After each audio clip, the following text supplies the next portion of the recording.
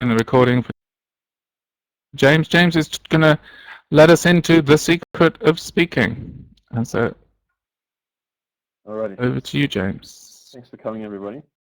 A little bit of background on the idea behind this 10-minute window in the conference today. I'm going to take you through a lesson that I recently taught on improving speaking, and the main idea when I sort of started planning this lesson was to, I guess, understand the secret of speaking as something that I think a lot of people, a lot of teachers intend to teach, but don't necessarily have a broad grasp on, if you like. So if speaking is obviously one of the 4 macro skills of English teaching, and if it is a skill, then the idea is that some people can be better than others, that there's a range of sub-processes that inform the macro skill of speaking.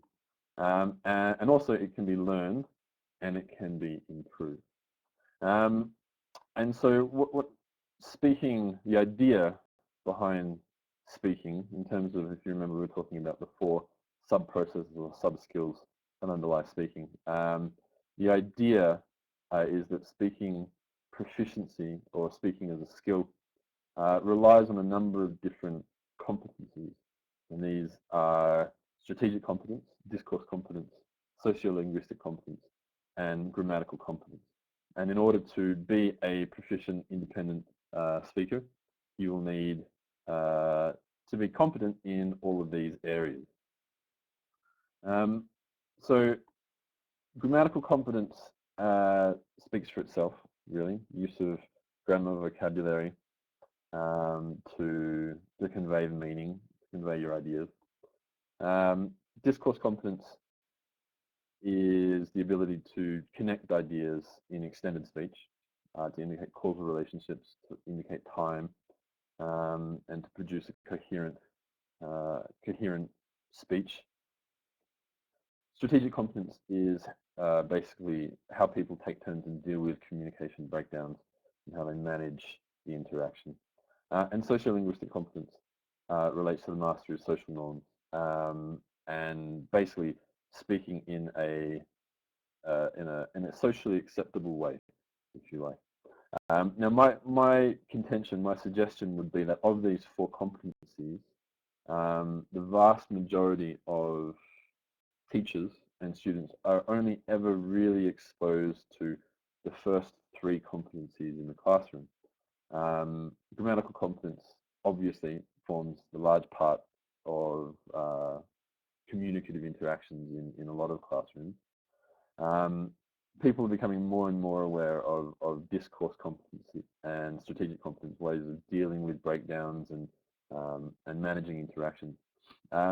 But what I was interested in particular in the lesson that I'm going to go through in a second was sociolinguistic competence.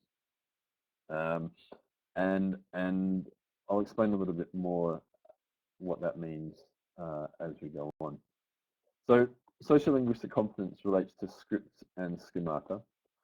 Schema is something that a lot of people recognize when they're talking, or they're familiar with in terms of vocabulary. You might do a schematic activation task and get your learners to think about and brainstorm lexical association. But the script is a similar idea, but it relates more closely to how interactions unfold. When you go into a restaurant, you expect that the first person to speak will be the waiter and say, "Hi, can I help you?" When you go to the doctor, you expect that the first interaction will be with the receptionist saying, "Do you have an appointment at what time?" So, when you say a horse walks into a bar and the barman says, what might be the end to that sentence? Drink? Question mark? Why the long face?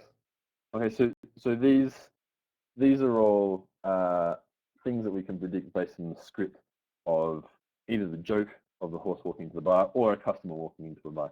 it could feasibly be a bar at a zoo, I suppose. Register relates to using the appropriate tone and manner given a certain social situation. In, for example, a high-risk situation, in English we tend to use hedges, which are phrases like, would you mind if I'm really sorry, but to kind of compromise with the fact that we're making a high-risk request, or we might be at risk of offending the person that we're talking to. So register relates to the appropriate tone. And managing interactions relates to the social roles and expectations and agendas of the speaker. And this is kind of where this lesson that we're about to look at relates to. Managing the roles is something that I think, certainly in the case of the students that I took for this class, people make assumptions about the way that you can say things. It's understandable when a student comes in and makes a mistake because they've translated something from L1 into L2. Well, the same could be said about social roles. A student from Colombia might walk into a bar and have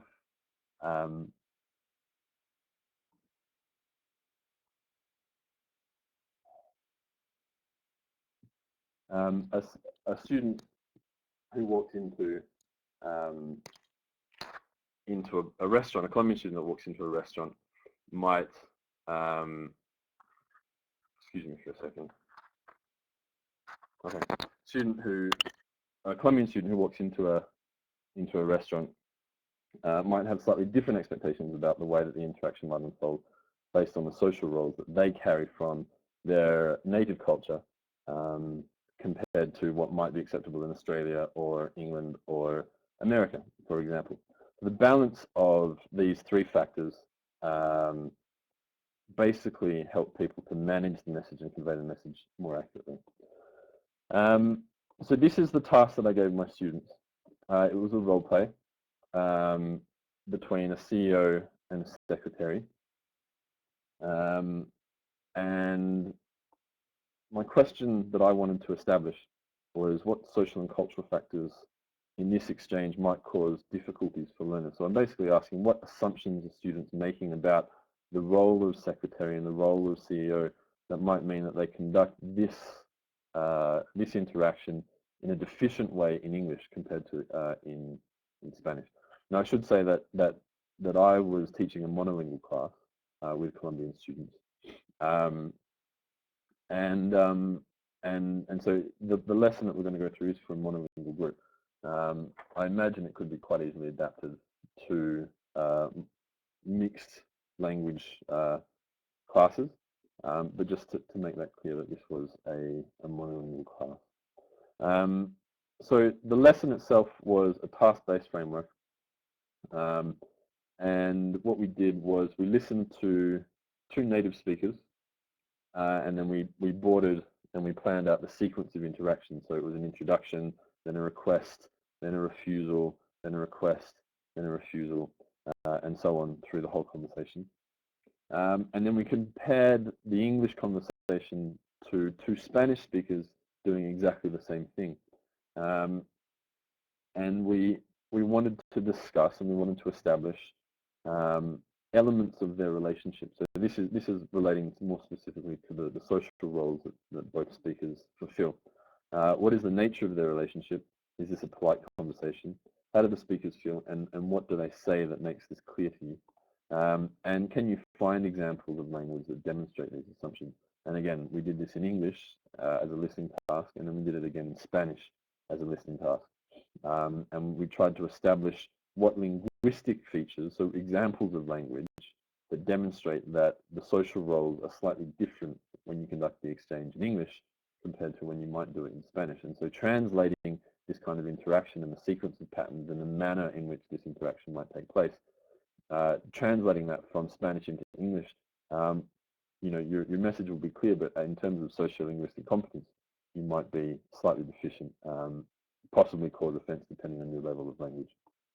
So when we did this with my learners, what we found was that when they conducted the conversation in English, the sequence and pattern and linguistic mannerisms followed a typically Colombian manner. they were making assumptions about how a secretary should speak to their boss based on the way that people would do it in Colombia. And in fact, they're markedly different.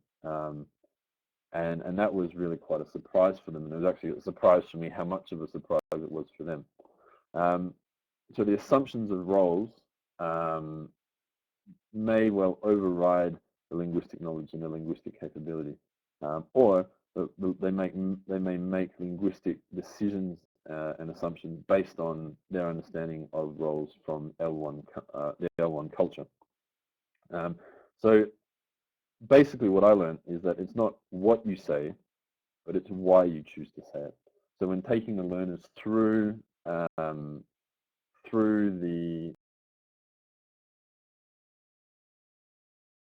script and establishing why